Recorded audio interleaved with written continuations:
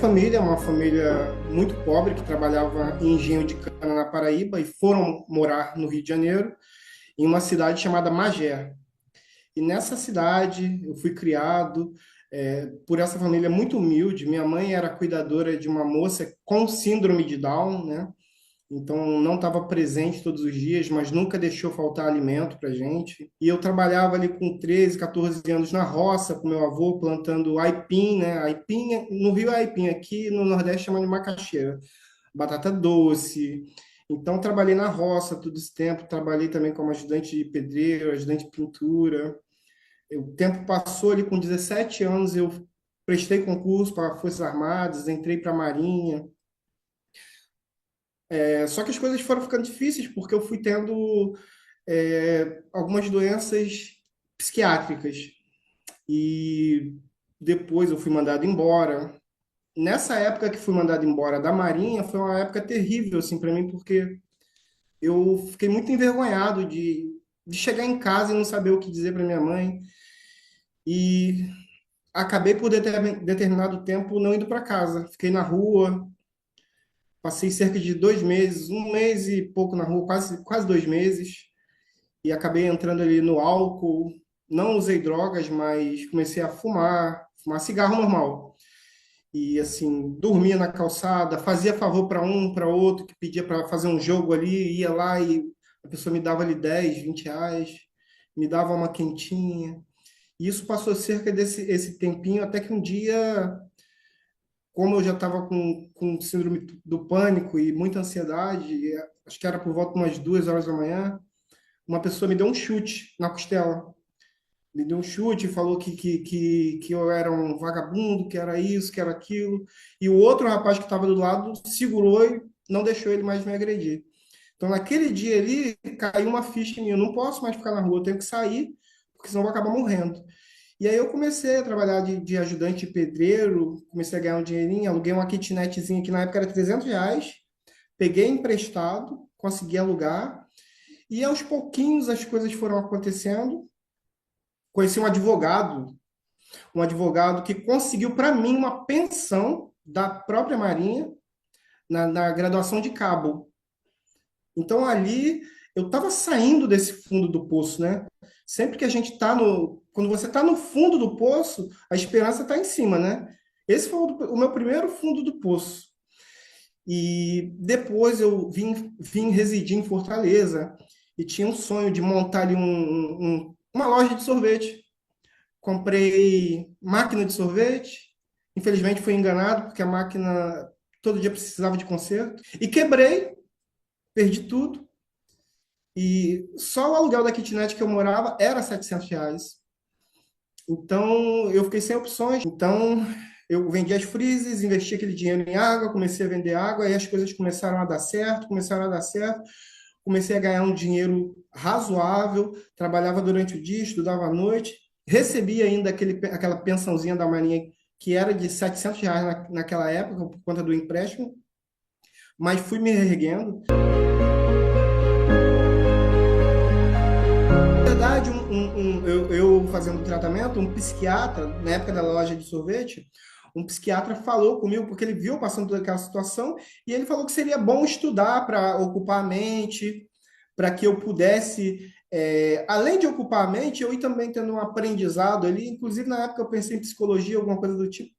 Mas como eu já sabia do direito previdenciário, então eu pensei, não, tem tudo a ver comigo. Direito previdenciário, ajudar as pessoas, ajudar com aposentadoria, ajudar as pessoas ali, essas pessoas que são invisíveis aos olhos ali da sociedade, mas eu não queria que fossem invisíveis também aos meus olhos.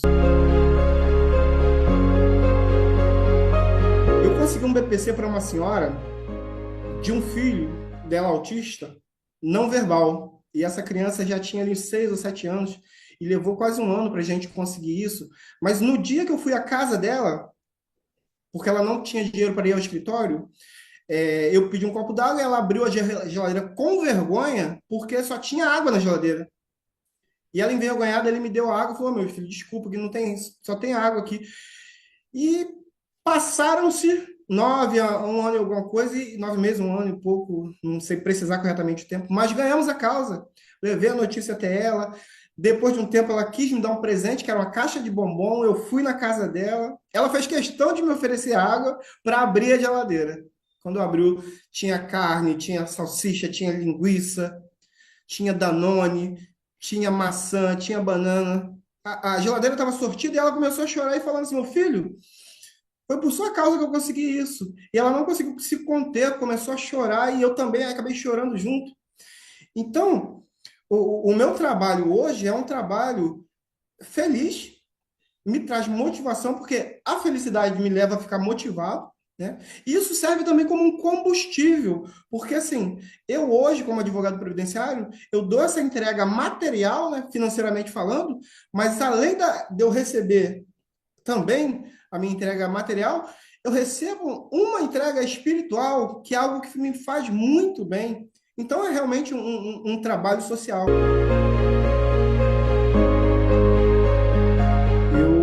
Durante muito tempo, eu tinha as características, só que eu não entendia por que algumas coisas comigo não funcionavam bem. Luz nos olhos, né, que me dói a cabeça, barulho, eu não gosto de som muito alto. Não é que eu não goste, é que realmente dói. E hoje eu me vejo hoje como uma pessoa que luta por inclusão, sabe? Por inclusão, por mais respeito. No início eu senti sim, até porque eu recordo que eu falei com uma amiga, né? Quando eu descobri o autismo já na maioridade, então, quando eu falei que ia colocar lá no Instagram que era autista e tal, e ela falou: olha, você vai perder muitos clientes, né?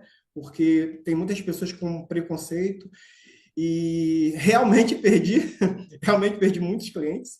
Inclusive, já teve pessoas que colocaram em grupo: não, olha, o rapaz é autista, ele não vai conseguir ganhar a sua causa, né? Mas eu nunca me abalei com isso. E hoje muitas pessoas me elogiam, inclusive no próprio Instagram, falam: olha, você é muito profissional. Tem havido uma revolução aqui na OAB do Ceará com a inclusão. Então, a doutora Cristiane Leitão, o doutor Erinaldo Dantas, têm acolhido todos nas comissões que outrora não entrava todo mundo, eles hoje agregam, puxam todos para as comissões. Eu, particularmente, participo de duas: Comissão de Direito Previdenciário e Comissão de Direito da Pessoa com Transtorno do Espectro Autista. Então, tem sim um avanço, estamos avançando, fazemos caminhada em prol do autismo, a nossa Comissão de Direito da Pessoa com TEA. A gente, lá na própria OAB, temos organizado eventos para promover a emissão da CIPTEA, que é essa carteira aqui, né, que é a carteira de identificação da pessoa com transtorno do espectro autista. Você que é uma pessoa autista, você nunca deixe alguém dizer que você não é capaz. Porque muitas pessoas falaram que eu não conseguiria passar no vestibular da faculdade, eu passei. Falaram que eu não conseguiria terminar a faculdade, terminei. Falaram que eu não conseguiria passar na prova da OAB, eu passei. Então você tem que ter fé em você mesmo. Nunca desista dos seus sonhos. Porque quando eu fui parar no fundo do poço, eu não sabia que aquilo ali eram pedras que estavam sendo colocadas no meu caminho para formar um degrau para que eu fosse a pessoa que eu sou hoje. Eu agradeço muito a Deus. Se eu pudesse mudar alguma coisa na minha história, eu não mudaria nada. Eu quero deixar esse legado para as crianças, para os adolescentes, para que eles saibam que eles podem. E hoje a gente não tem muitos adultos autistas que sirvam de referência para essas crianças. Então, eu faço questão de servir de referência para essas crianças, porque aí, quando eu tiver velhinho, lá com meus 70, 80 anos, se Deus quiser, eu quero morrer bem velhinho. Então, eu quero saber, quero ver que algumas pessoas conseguiram se inspirar em mim, porque eu não tive pessoas com as quais eu pudesse me inspirar. Então, me traria uma felicidade muito grande se alguém, consequentemente, se inspirasse ali em mim.